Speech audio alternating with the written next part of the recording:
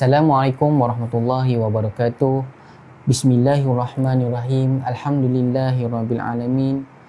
Wassalatu wassalamu ala asyrafil anbiya'i wal mursalin wa ala alihi wa sahbihi ajma'in. Qala rabbi shrah li sadri wa yassir li amri wahlul 'uqdatam min lisani yafqahu qawli. Rabbi zidni ilma warzuqni fahma. Allahumma aftah alaina hikmataka wanshur alaina min khazaini rahmatika ya arhamar rahimin. Rabbi yassir wa la tu'assir, Rabbi tamim bi khair, Rabbi yassir wa la tu'assir, Rabbi tamim bi khair, Rabbi yassir wa la tu'assir, Rabbi tamim bi khair. Assalamualaikum warahmatullahi wabarakatuh.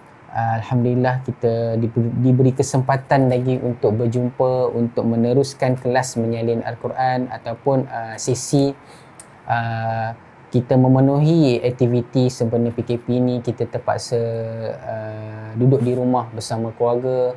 Kita seboleh-bolehnya mengisi masa lapang ataupun masa di rumah ni dengan aktiviti-aktiviti yang bermanfaat ataupun aktiviti-aktiviti ibadah yang dapat kita bersama dengan keluarga, dapat mungkin aktiviti dapat merapatkan lagi silaturahim selain daripada aktiviti-aktiviti lain lah, macam-macam lah. Kalau kat rumah ni kan kita nak masak bersama, kita nak mengemas bersama, ataupun macam-macam lagi. Dan sebaiknya juga kita isi dengan program-program ataupun aktiviti dengan Al-Quran. Selain kita membaca, selain kita bertadarus, selain kita menyemak hafazan anak-anak kita ataupun adik-adik kita, kita juga boleh mengisi dengan pengisian yang menarik, yang mana kita boleh cuba juga menyalin ataupun menulis Al-Quran Karim. Okey, dan tak lupa juga kepada adik-adik yang berada di rumah, saya dimaklumkan ataupun banyak juga yang minta kepada saya untuk tunjuk ajar macam mana untuk mempersiapkan diri untuk terlibat dalam program-program khat. Sebab setahu saya, walaupun kita duduk di rumah, tapi adik-adik kita ataupun anak-anak kita banyak program-program yang pihak sekolah ataupun yang kita kena buat.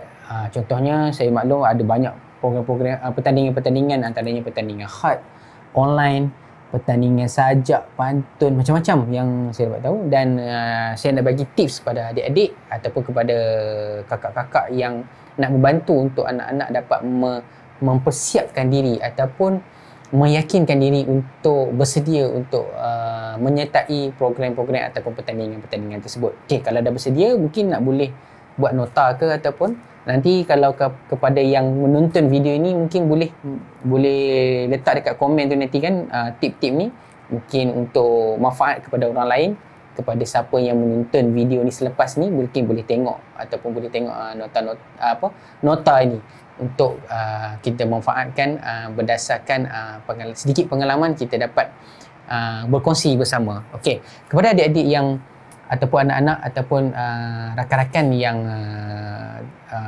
terlibat banyak program di online, di rumah ni, tahniah kerana banyak, walaupun kita di rumah tapi kita boleh lagi memanfaatkan diri lebih-lebih kepada Al-Quran, kepada masyarakat dan kepada juga keluarga kita. Okey, yang pertama sekiranya kalau dalam bidang khat lah, siapa yang terlibat dalam pertandingan khat ni ataupun pertandingan-pertandingan lain, yang pertamanya nak bagi keyakinan ataupun nak bagi kita sentiasa bertenaga, tip yang pertama ialah kita kena bangun awal. Biasalah kalau dekat rumah ni kan, dah tahu dah kita tak pergi sekolah, yang bekerja pun bekerja di rumah ni kadang-kadang bangun lambat. Kadang-kadang bangun subuh, lepas tu sambung balik lepas subuh tu kan. Orang qailullah lepas zuhur, orang qailullah sebelum zuhur, ini lepas subuh dah qailullah dah. Kita bangun awal. Sebab apa penting bangun awal ni kan? Dalam hadis pun banyak yang minta kita bangun awal. Sebabnya dalam kajian-kajian banyak yang bagi tahu yang pentingnya bangun awal ni kan. Ada buku yang saya tengok dekat internet pun ada buku yang bagi tahu 5 AM. Saya tak ingat dia tajuk, tapi tajuk buku dia 5 AM. Maknanya bila kita bangun seawal 5 pagi ni macam-macam. Macam-macam dia punya kelebihan dia. Okey. Dalam hadis pun banyak. Okey, kita bangun awal, kita bangun, kita boleh solat tahajud, kita boleh tasbih, kita boleh berdoa supaya dapat mempersiapkan diri. Ada adik-adik kita yang exam ataupun ada adik kita yang kena buat macam-macam aktiviti, bangun seawal 5 pagi. Okey. Tip yang kedua, walaupun kita tak pergi sekolah, walaupun kita dekat rumah, walaupun kita bekerja di rumah, kita kena jadualkan juga apa yang kita nak buat. Kalau kata adik-adik yang terlibat pertandingan khat tu, jadualkan. Okey. Sebab apa saya kata jadual? Sebab kita tak boleh kita terlalu all out ataupun kita terlalu stres dengan pertandingan yang kita nak lalui itu. Kita boleh jadualkan. Mungkin kita buat setengah jam latihan pagi, lepas tu setengah jam tengah hari ke macam mana. Tapi penting jadual supaya jadual tu kita dapat mendisiplinkan, ataupun kalau kita bekerja di rumah pun kita boleh berdisiplin mengikut jadual. Macam saya sendiri pun bila kita buat kerja kat rumah kan, saya jadualkan. Saya jadual saya contoh macam ni lah. Saya jadualkan pagi bangun lepas subuh, buat apa, baca Quran sikit, lepas tu buat latihan ataupun buat apa macam di SL1 ni. Macam saya jabatan kaligrafi ni memang banyaklah kerja dia. Kita terlibat membuat tulisan untuk masjid, kita terlibat untuk buat menyalin Al-Quran, lepas tu kita tempahan-tempahan. So memang penting jadual tu. Okey, itu yang kedua. Tip yang ketiga, setelah kita jadualkan, tadi yang pertama, okey, siapa yang menonton nanti boleh tag kat ruang komen tip-tip yang kita bagi ni supaya dapat dikongsikan kepada yang lain. Yang pertama tadi, kita bangun seawal 5 pagi. Yang kedua, kita jadualkan. Dan yang ketiga, setelah kita jadualkan, kita dahulukan yang, contohnya dalam jadual tu kita dahulukan yang mana yang prioriti dulu. Contohnya, okey, kerja, okey, ini lebih prioriti. So kita supaya kita tahu yang mana yang prioriti, yang mana yang tak prioriti, ataupun yang mana yang penting, yang mana yang tepat, kita jadualkan macam tu. Okey, itu yang ketiga. Yang keempat, setelah kita buat setelah kita jadual dan kita letak mana prioriti, yang mana yang tak prioriti, yang keempat, kita kena setkan masa. Setkan masa penting juga. Dalam jadual tu kita set masa. Walaupun kita bekerja dari rumah, walaupun kita belajar daripada rumah, apa lagi, walaupun kita macam-macam, sebab di rumah ni macam-macam. Kita tak macam bekerja kita dekat office kan. Kita dengan anak-anak, dengan macam-macam sekeliling ni lain. Suasana tu tak sama macam kita kat office. Kita perlu setkan masa. Kita buat ni berapa lama, itu penting. Okey, yang kelima, kadang-kadang kita tak masuk benda ni. Kadang-kadang kita tak masuk dalam ni, tapi benda ni penting juga. Kita masukkan juga dalam jadual tu ialah masa rehat. So penting juga ada rehat dia. Macamlah kalau kita pergi kursus ke, kita pergi buat explore kalau kami di SLS tu explore restu ni kan, mesti ada dalam tu masa rehat dia. So presentation jabatan lepas tu rehat. So sama juga, walaupun kita duduk di rumah, kita jadual dan juga kita adakan juga masa rehat dia. Okey, so itu yang kelima. Dan yang terakhir, yang keenam, ini untuk kali ini ada 6 tip yang bagi untuk kita buat persiapan, untuk kita jadikan diri kita dengan berasa yakin untuk kita memenuhi aktiviti ataupun untuk buat mempersiapkan kalau adik-adik yang terlibat pertandingan khat khususnya ataupun pertandingan lain. Ini yang penting. Yang ke-6 yang terakhir ialah kita kena rancang siap-siap untuk yang keesok dia. So jadual hari ni dan juga kita kena rancang siap-siap. Cantiknya kalau macam saya, biasa saya buat ada siap-siap ruang kosong tu. So saya akan masuk siap-siap untuk esok apa yang nak dibuat. Contohnya macam hari ni saya tengah buat tulisan khat untuk masjid di Bagan Datuk, Masjid Tumina. Okey, panel ke berapa. So untuk bagi buat menulis tu tak terburu-buru, saya jadualkan hari ni berapa panel, hari ni berapa panel, hari ni berapa panel. Supaya walaupun kerja-kerja ni urgent, kita nak kena buat dengan secepat mungkin, tapi untuk mengelakkan kita buat tulisan ni terburu-buru supaya dia nampak konsisten dan cantik, kita jadualkan siap-siap esoknya supaya benda tu tak terburu. Okey, itu saja sebelum kita nak menerus menyalin Al-Quran. Terima kasih kepada yang menonton, yang bantu menulis tip-tip yang dibagi tu nanti. So kita akan boleh share ataupun boleh letak dalam grup-grup keluarga kita, ataupun boleh share dekat grup-grup macam-macam lah, grup-grup sekolah ni kan, grup-grup anak-anak kita ni, seorang anak dah berapa grup dah, grup sekolah kan. So boleh share, boleh kita manfaatkan bersama. Okay, dan insyaAllah hari ni kita akan sambung. Kita masih lagi di surah Yasin. Kita akan sambung pada minggu ni ialah ayat yang ke-20. Okey, boleh sediakan siapa ada pensel, ada pen. Kalau kepada yang ada Quran ni boleh tengok ayat yang ke-20, Quran Nasah ni, untuk kita sama-sama menyalin surah Yasin. Okey. Kita akan baca dan kita akan tengok dia punya terjemahan dia. Sebab tu saya sarankan boleh juga kita dapatkan Quran yang ini, Mufid ni, sebab sangat-sangat mudah untuk kita faham. Bagus juga kita baca Quran ni, kita baca ramai-ramai dengan keluarga, sebab bila kita menulis ayat ni, di muka surat sebelah ni dia ada huraian yang ringkas supaya kita faham ayat yang kita disalin tu. Okey, untuk ayat yang ke-20 ni, ayat yang ke-20 ni masih lagi di dalam tajuk yang sebelum ni, iaitu tajuk sebuah kisah penduduk di sebuah kota yang mana kota itu kota Mekah yang banyak pengajaran dia. Kita boleh tengok ayat yang ke-20 ni masih lagi berdasarkan kisah yang sebelum ni, masih lagi dialog antara penduduk dengan Rasul yang diutuskan. So kita tengok ayat yang ke-20 ni ialah bila mana ayat yang ke sebelum ni, bila mana Rasul-Rasul itu menjawab bila penduduk itu tak boleh terima Rasul yang diutuskan. Seperti sedia maklum, sebelum ni dah 2 orang Rasul diutuskan, penduduk itu mendustakan juga. Dan bila diutuskan Rasul yang ketiga, penduduk itu nak juga mendustakan. Dan ayat yang ke-19 sebelum ni, Rasul yang diutuskan tu menjawab, amat malanglah bagi kamu kerana kekufuran kamu itu. Okey, dan ayat yang ke-20 yang kita nak tulis pada hari ini, kita baca dulu. Auzubillahi minasyaitonirrajim. Bismillahirrahmanirrahim. Wajaa min aqsal madinati rajulun yas'a qala ya qaumi tabi'ul mursalin. Maksud dia, semasa rasul-rasul itu diancam, tiba-tiba datang seorang lelaki dari hujung bandar itu dengan tergesa-gesa. Okey. Lalu dengan tergesa-gesa, lalu memberi nasihat dengan katanya, wahai kaumku, turutlah rasul-rasul itu.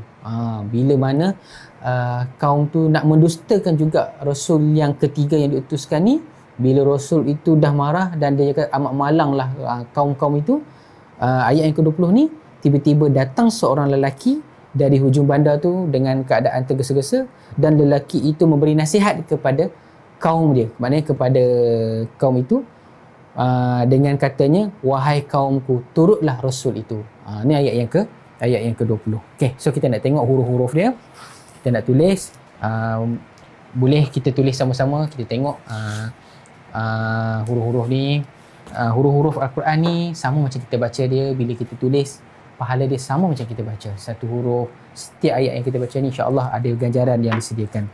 Okey, auzubillahi minasyaitonirrajim. Wajaa dia bermula dengan huruf waw. Okey, ni bentuk huruf waw.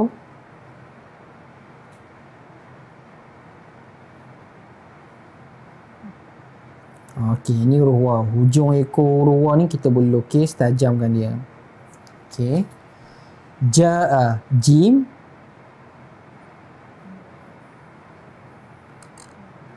Okey. Untuk maklumat, kalau untuk huruf jim ni, dalam kaedah khat untuk jim yang di depan, permulaan huruf jim ni, dia ada 3 bentuk. Boleh tengok dekat buku Khat Nasah yang dikeluarkan oleh Yasas tu, huruf jim ni ada 3 bentuk. Okey. Wajah, ada hamzah dekat belakang dia. Okey, waw baris atas, baris fathah. Jim baris atas, baris fathah. Okey. Dan alif dia ada tanda mad. Mad ini yang dibaca dalam Al-Quran Mufid ni, dia disebut mad yang warna merah ni. Warna merah ni dibaca panjang 4 ke 5 harakat. Wajah, hamzah, baris fathah. Okey, terus mim, nun.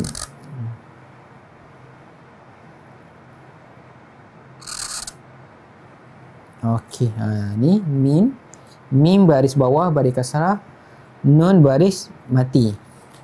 Okey. Aqsa, alif. Alif. Kita dia sebut Masjid Al-Aqsa kan. Ni maksud dia Aqsa. Aqsa ni maksud dia ialah arah ataupun kalau tak silap arah hujung. Maknanya macam dia di satu tempat lah. Tu Masjid Al-Aqsa tu kan. Aqsa.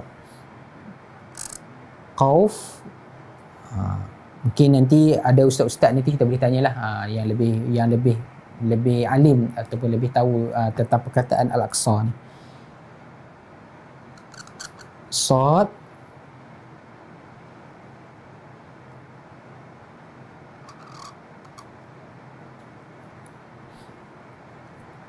Okey, dan huruf alif.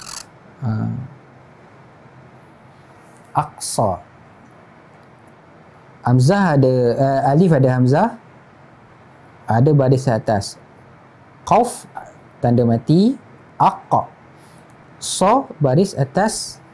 Dan perkataan seterusnya Al-Madinati. Sebab apa Aqsa tu tak dipanjang? Sebab selepas dia perkataan Al-Madinah, maknanya perkataan mati. So bila mati kita tak baca panjang. Sebab tu kita baca wajah amin Aqsal Madinati. Walaupun ada huruf alif dekat perkataan Aqsa tu. Al-Madinati alif.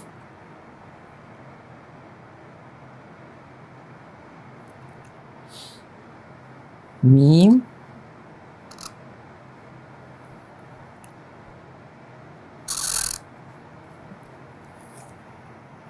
Dal. Ya. Nun. Dan ta marbutah.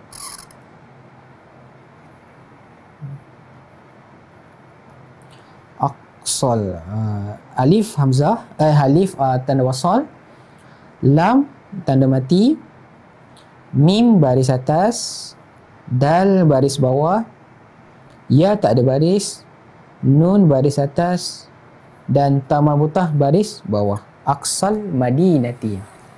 Okey. Terus rajulun. Rajulun ni seorang lelaki. Rajulun. Ra. Jim. Jim. Lam.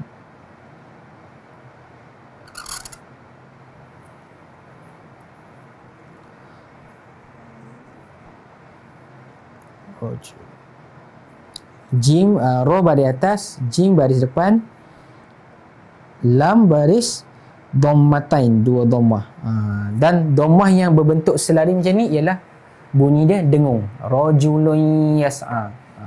Kalau dalam Quran ni dia letak warna hijau untuk dengung. Rajulun yas'a, ya sin ain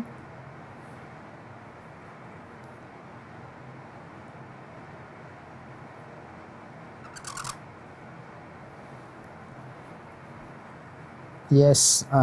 Okey, ya baris depan, baris atas, sin baris mati, ain baris atas, dan ya ada tanda mat dibaca. Sebab tu dia tak baca yas'in, dia baca yas'am. Dia bukan ya ni, dia sebenarnya alif, so alif maksurah kot nama dia. Okey, terus qala. Lalu katanya, kata lelaki tu, qala. Qaf, alif, lam, qala. Okey. Qaf baris atas, alif tak ada baris, dipanjang 2 harakat, lam baris atas. Ya qaumi, wahai kaumku. Okay. Ya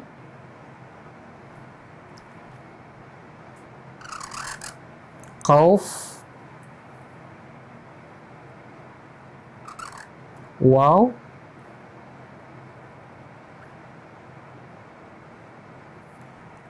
ya qaumi. Qauf, waw dan mim.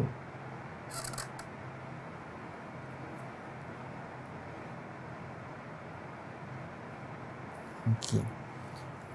Ya ada tanda mat dibaca panjang, ada harakat. Qauf baris atas, waw baris mati dan mim baris bawah. Ya qaumi. Okey, terus ya qaumi ittabi'u. Alif ittabi'u, alif, ta, ba,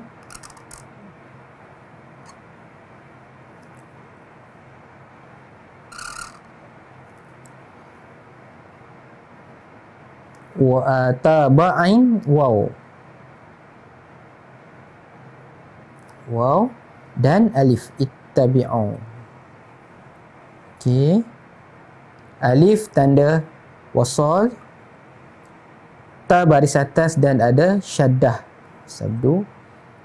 Ba baris bawah, tabi, ain baris depan, waw tak ada baris, dibaca panjang 2 harakat dan alif ada tanda bulat kecil kat atas. Tabi'ul mursalin. Al mursalin, alif, lam, mim, ra,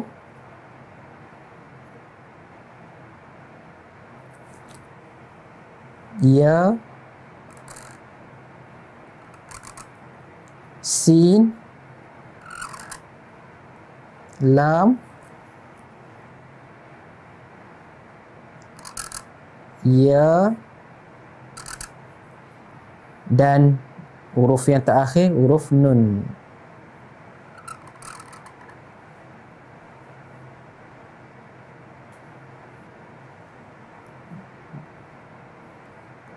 Okey,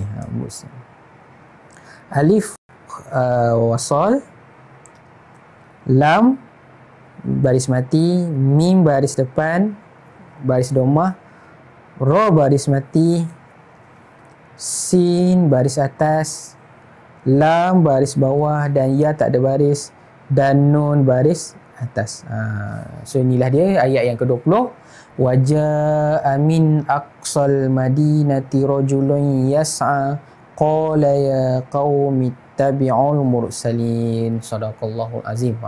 So insya-Allah mudah-mudahan sedikit ataupun sikit sebanyak dapat kita berkongsi, dapat kita memenuhkan aktiviti dengan kita mohon barakat ataupun ada darjat ataupun syafaat ataupun mukjizat. Mudah-mudahan dengan kita rapatkan dengan Al-Quran ni, kita mengharapkan mukjizat Al-Quran ni, kita mengharapkan syafaat Al-Quran ni dapat dijauhkan daripada segala penyakit ataupun segala masalah ataupun segala ujian. Dan mudah-mudahan insya-Allah kita akan berjumpa lagi pada minggu depan. Kita akan sambung lagi ayat seterusnya. Sekadar itu saja. Mohon maaf salah dan silap, yang baik itu daripada Allah SWT, yang buruk itu daripada saya. Wabillahi taufiq wa hidayah. Wassalamualaikum warahmatullahi wabarakatuh. Bye.